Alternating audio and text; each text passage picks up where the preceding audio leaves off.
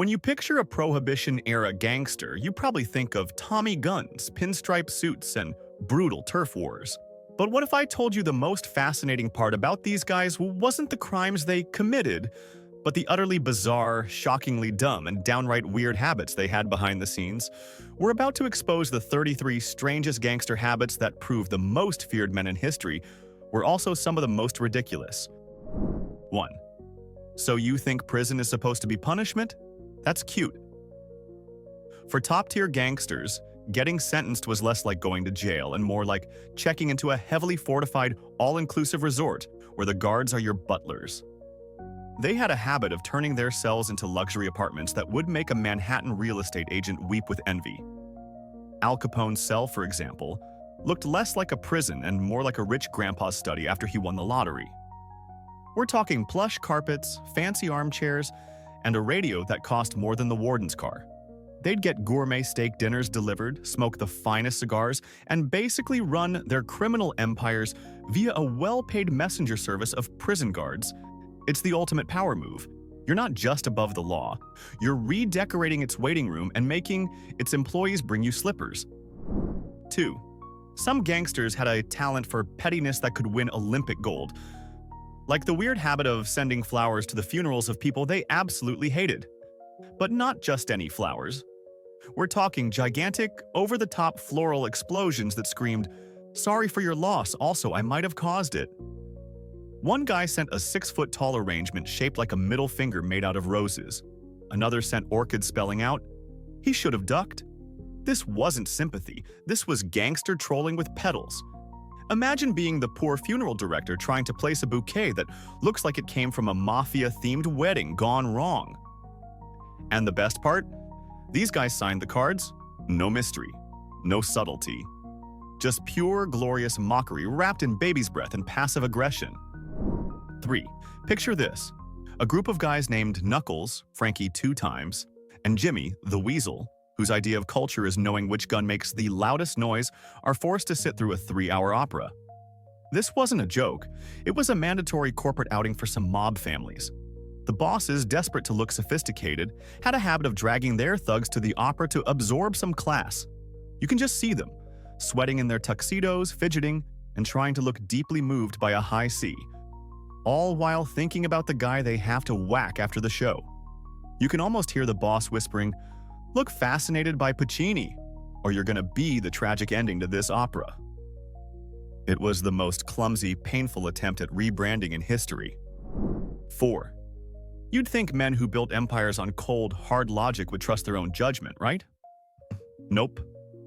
They had a bizarre habit of outsourcing their most critical business decisions to psychics and fortune tellers.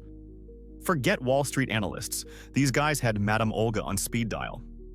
We're talking about ruthless killers sitting in a dimly lit room, earnestly asking a woman with a crystal ball if the stars are aligned for a drive-by shooting. "Madame Zora, should I invest in this illegal distillery, or is Mercury in retrograde gonna mess up my profit margins?" These men wouldn't trust their own mother with the location of their secret stash, but they'd bet their entire operation on a tarot card reading. It's a stunning level of paranoia that proves that deep down, they knew their lives were just one random, unlucky Tuesday away from disaster. 5. Gangster vanity was off the charts, and they had a habit of putting their initials on everything. Silk shirts, fancy cars, sure. But the real flex? Getting their guns monogrammed. That's right, they paid extra to have their initials elegantly carved into the pearl handle of the pistol they were going to use to commit a felony. This is a level of hold my beer audacity that is just breathtaking. It's not just committing a crime, it's autographing it. It's like a bank robber spray painting his full name on the vault door. It completely defeats the purpose of being a criminal, but it was the ultimate narcissistic power move. The message wasn't just, "You're dead." It was, "You've been killed by someone with taste and very questionable judgment." 6. A gangster's car wasn't just a car. It was a rolling panic room with a V8 engine. They had a habit of getting their Cadillacs custom-built into mobile fortresses. We're talking bulletproof glass so thick you could barely see out of it, steel armor plates in the doors, and more secret compartments than a magician's coat. They had hidden slots for Tommy guns, drop-down panels for shooting backwards, and sometimes even oil slick dispensers. This wasn't pimp my ride. This was pimp my hearse in advance. Al Capone's famous Caddy was painted the same green as the police cars, just to add another layer of confusion and pure, unadulterated menace. It was the ultimate statement. You can try to kill me, but I've already spent a fortune making it really, really inconvenient for you. 7. The first rule of being a criminal is to keep a low profile. These guys took that rulebook, lit it on fire, and used it to light their cigars in the middle of the city's fanciest nightclub. They had a habit of being ridiculously public. They weren't hiding in some grimy warehouse. They were at ringside for the biggest boxing matches, holding court at the best tables in the most popular restaurants, and getting their pictures in the paper with smiling politicians. It was the strategy of hiding in plain sight. You can't be seen as just a thug if you're constantly rubbing elbows with judges and movie stars. It was a defiant, in-your-face display of power that screamed to the cops and their rivals, "I am the main character in this city. You're all just living in my world." 8. Al Capone, the man who gave Chicago its PhD in murder and mayhem, had a very strange side hustle. He was obsessed with milk. No, seriously. Apparently, a family member got sick from spoiled milk, and Capone took it personally. So he bought a dairy and became the most terrifying public health advocate in history. He persuaded the city to slap expiration dates on every milk bottle. Can you even imagine that conversation? "Listen, Mr. Mayor, public health is very important to me. If you don't pass this milk safety law, your own health might expire." He used his usual mob tactics to crush all competition, creating a dairy monopoly built on threats. He was literally making kids orphans with one hand and with the other, making sure their breakfast milk was safe and full of calcium. The man was a walking, talking, murderous contradiction. 9. When you live a life of constant violence and sin, you might start thinking about your eternal resume as the end approaches. Mobster Dutch Schultz took this to a truly bizarre extreme. As he lay dying in a hospital bed, riddled with bullets from a rival gang, he made a frantic, last-ditch effort to get right with the man upstairs. He demanded a priest be brought to his bedside for an emergency baptism. This from a man who spent his life extorting, murdering, and probably shaking down the local church for protection money. It was the most awkward religious conversion in history. Was it a moment of genuine repentance, or was it just the ultimate Hail Mary pass, a desperate attempt to find a loophole in the whole "thou shalt not kill" commandment? Either way, he was trying to hedge his bets with God at the last possible second. 10. The hypocrisy of these guys was legendary, especially at home. Many mob bosses cultivated a habit of being absurdly strict fathers, enforcing a weird 1950s TV dad version of family values. Their days might be filled with shootouts, extortion, and dumping bodies in the river. But when they got home, it was a different story.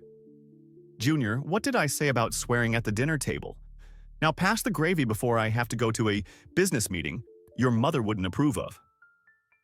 Can you imagine getting a lecture on morality from a man who has more blood on his hands than a clumsy surgeon? It was a delusional attempt to build a wall between their monstrous professional lives and a pure, idealized family life all under one roof. The cognitive dissonance is just staggering. 11. When gangsters had problems, they didn't scream or shoot first. Nah, they booked a table. Welcome to the sit-down, the mafia's favorite version of a business meeting, only with more espresso and slightly more threat of being thrown into a river. These meetings were serious. There were rules: no yelling, no interrupting, and definitely no weapons on the table unless they matched your suit. They'd gather in the back of some restaurant, sipping tiny coffees, and calmly discuss things like who gets to run illegal dice games on 43rd Street. "Tony, with all due respect, your guys are encroaching on my turf. And also, your linguine was overcooked." These talks could last hours. And afterward, they'd all hug like soccer dads after a tense game. It was the Godfather meets Sunday brunch. 12. Gangsters understood the power of soft influence, and they made it a habit to be ludicrously generous tippers. Al Capone was famous for handing out $100 bills to waiters, hat-check girls, and anyone who did him a small service. In the 1920s, that was like tipping your barista with a brand new car. This wasn't just about showing off his wealth, although he loved doing that. It was a strategic investment. It was intimidation wrapped in a layer of charm. It bought loyalty, ensured silence, and built a reputation as a generous man of the people. Because if the waiter loved him, great. But if he hated him, he still couldn't afford to spill his coffee. You didn't just serve a gangster, you were on his payroll, whether you wanted to be or not. 13. The criminal underworld was surprisingly tribal, and some grudges were just plain bad for business. George "Bugs" Moran, a major Irish-American rival to Al Capone's Italian outfit in Chicago, had a fanatical, self-destructive habit of hating and distrusting Italian gangsters. He famously refused to work with them, even when it would have been strategically brilliant. His deep-seated prejudice ultimately contributed to his downfall, as it limited his alliances and made him an easy target for the more organized and cooperative Italian syndicate. Turns out, racism isn't just morally bankrupt, it's also a terrible business strategy. While Capone was building a diverse, multicultural empire of crime, Moran was busy getting his entire crew wiped out on Valentine's Day because he wouldn't play nice with others. 14. You'd think gangsters hated lawyers, right? Turns out they just hated being caught. Using the legal system, though, that was a hobby. One guy actually sued a newspaper for calling him pudgy, not killer, not dangerous. Pudgy, and he won. Another took a rival gang to court because they copied his extortion method. Imagine two guys in $3,000 suits arguing in front of a judge about who invented threatening people with a baseball bat. It was like Shark Tank meets Judge Judy with way more pinstripes. They'd walk into court acting like they were Fortune 500 CEOs. Your Honor, my client is deeply offended that his illegal moonshine was called swill. It's artisanal. And the best part? Some judges actually took them seriously. The American legal system, now accepting mob drama since 1920. 15. The Tommy gun wasn't just a weapon. It was basically the gangster version of a designer handbag. Loud, flashy, overpriced, and completely impractical. These guys carried them not because they needed to, but because they could. It was less, "I'm here to shoot," and more, "Look how shiny this thing is." Some had custom woodwork. One had mother-of-pearl inlays. Another had a little gold charm hanging off the barrel, like it was a gun. But make it fashion. And let's be honest, they couldn't even aim these things properly. Half the time they hit more parked cars than enemies. But none of that mattered. The moment you pulled out a Tommy gun, the message was clear. I'm rich, I'm dangerous, and I have absolutely no regard for subtlety or hearing loss. 16. Amidst all the violence, paranoia, and chaos, some of the toughest mobsters had a habit that was surprisingly gentle and weird. They were obsessed with breeding and racing pigeons. Seriously. Top-tier psychopaths like Lucky Luciano and Mike the Boss Tetti would spend hours on the rooftops of their buildings tending to their birds, cooing at them, and entering them in races. For men whose lives were defined by constant stress and the ever-present threat of a bullet to the back of the head, this hobby was a strange and quiet escape. The same hands that signed off on death warrants would gently hold a pigeon. It's a bizarre image that reminds you that even the most hardened criminals are still just weird, complicated humans. Humans with a lot of bird seed. 17. The paranoia of a top-tier gangster was legendary. And it wasn't just about bullets. It extended right to the dinner table. The most powerful bosses, like Frank Costello, developed the truly bizarre habit of employing a personal food taster. Let that sink in. This isn't a medieval king worried about being poisoned by a rival monarch. This is a guy from Brooklyn who made his fortune selling illegal booze, terrified that his spaghetti might be his last meal. Before the boss took a single bite of his steak or a sip of his wine, some poor schmuck had to taste it first, to make sure it wasn't laced with arsenic. It's the ultimate sign you've made it to the top. You're so important that someone else has to risk explosive diarrhea or death just so you can enjoy your dinner in peace. Trust was a commodity they simply couldn't afford. especially when it came to ravioli. 18.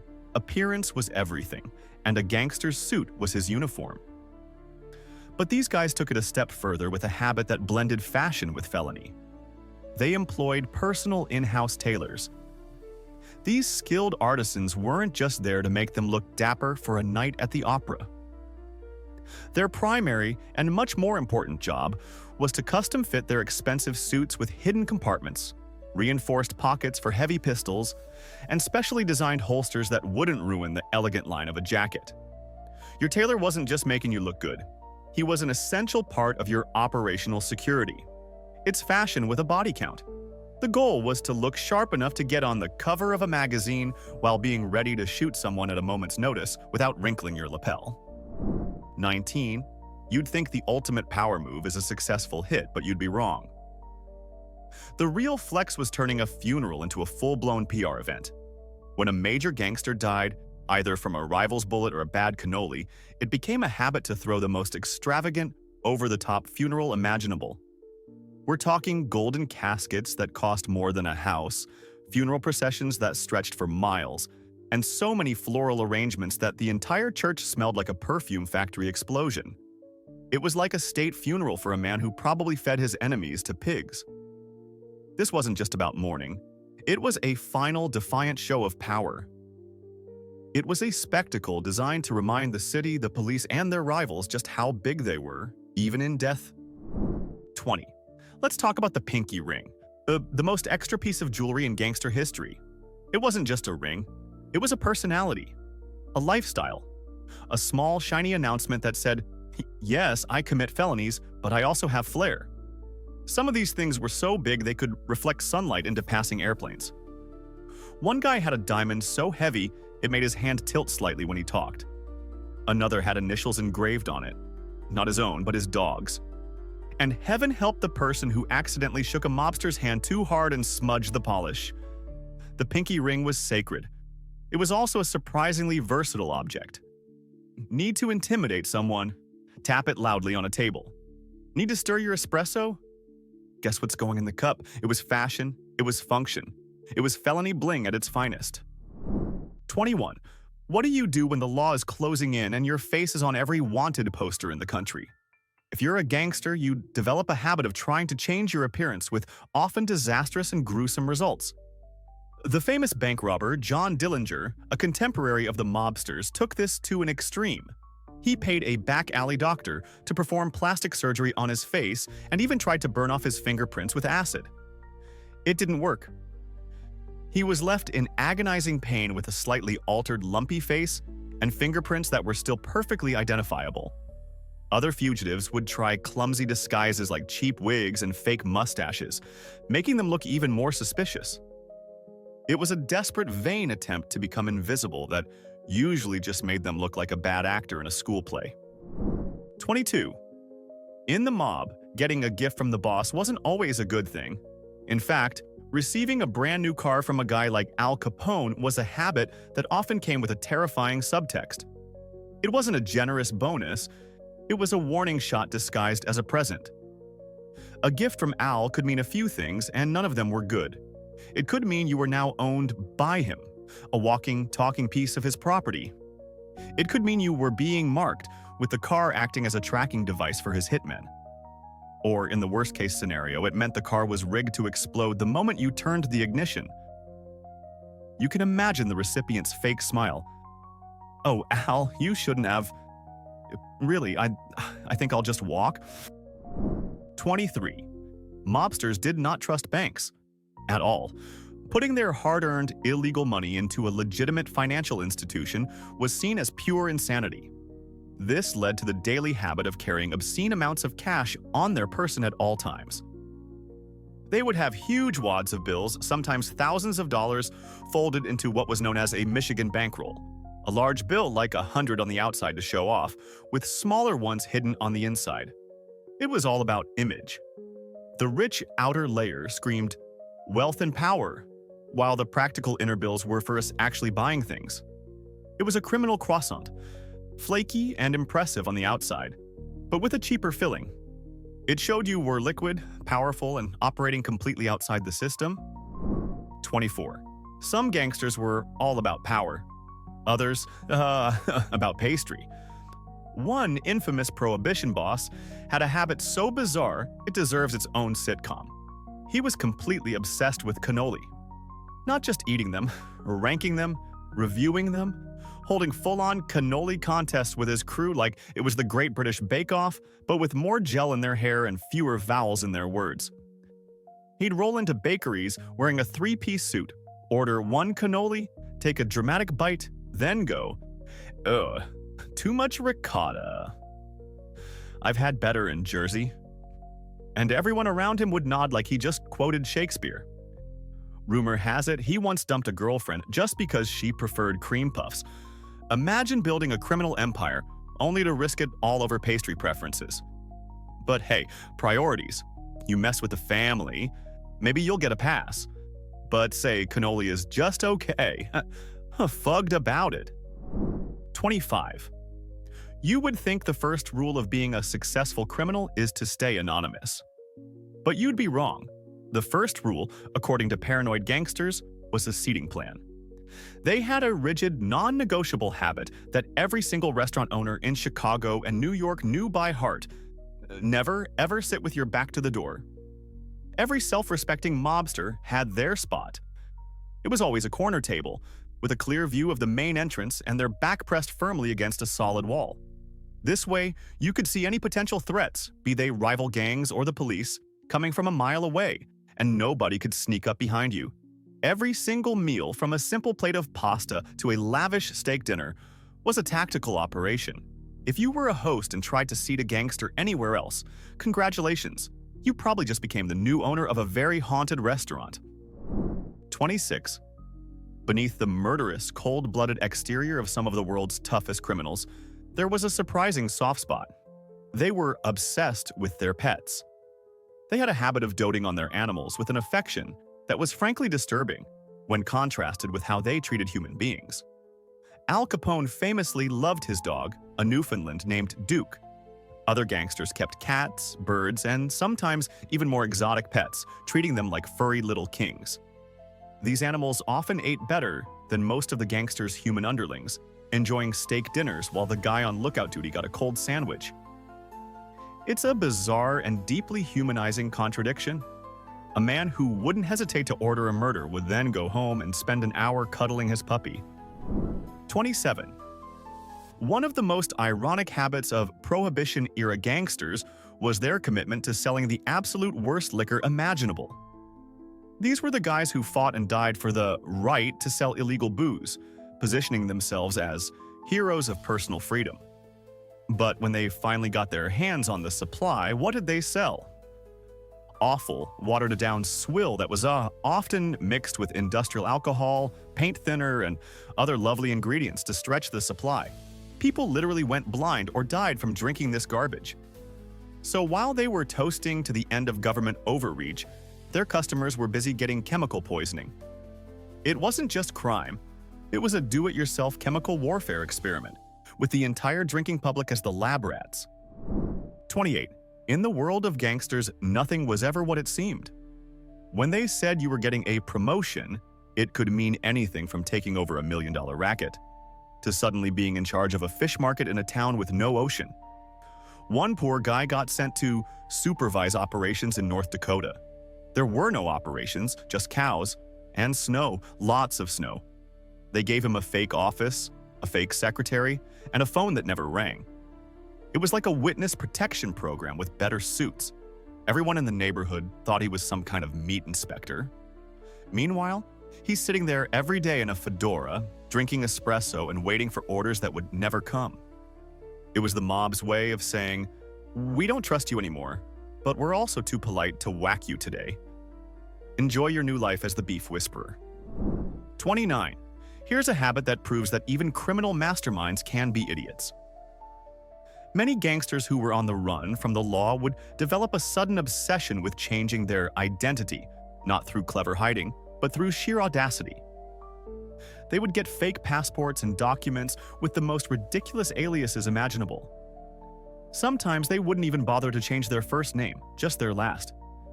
It's like Al Capone trying to pass himself off as Al Smith. Other times, they'd adopt a persona so comically out of character, it drew more attention to them. Imagine a 6'4" scar-faced enforcer trying to convince people he's a traveling poetry professor. It was a level of overconfidence and poor planning that often led directly to their capture. 30. Let's go back to the code of silence, omerta, because it was more than just a rule. It was a paranoid, all-consuming daily habit that governed every single interaction. You didn't just avoid talking to the cops. You avoided talking about business with anyone, ever. Even mentioning a crime to your own wife in your own kitchen could get you a swift, permanent retirement. This culture of absolute silence was enforced with brutal, bloody consequences, creating a world where everyone was constantly watching what they said, who they talked to, and even what they looked at. It was a state of perpetual, ritualized paranoia. The first rule of Mob Club was, you do not talk about Mob Club. The second rule was, if you break the first rule, you will cease to exist. 31. Mobsters were tough guys, sure, but also absolute drama queens. One of their weirdest habits was throwing parties for completely made-up reasons. Not birthdays, not weddings. We're talking celebrations like 3 months since Jimmy got out of jail, or Sal's new cigar smells less like garbage now. They'd rent out a whole restaurant, hire a jazz band, and give toasts like, to Frankie, for not getting arrested this week. Cue standing ovation. They even had themed cakes. One famously had a cheesecake with a hand-painted Tommy gun on it, made entirely out of fondant. There's something amazing about a room full of guys in pinstripe suits getting emotional over cannoli and fake anniversaries. It's like The Sopranos meets a child's birthday party, except everyone's armed and slightly tipsy. Who needs reasons when you've got booze and balloon animals? 32. Sometimes gangsters got so into playing businessmen they forgot they were actually criminals. One crew opened a consulting firm and started charging other criminals for advice. Real advice, like seminars. Picture this: a smoky room, 10 guys with slicked back hair and pinky rings, and a flip chart that says, Step 1, don't get caught.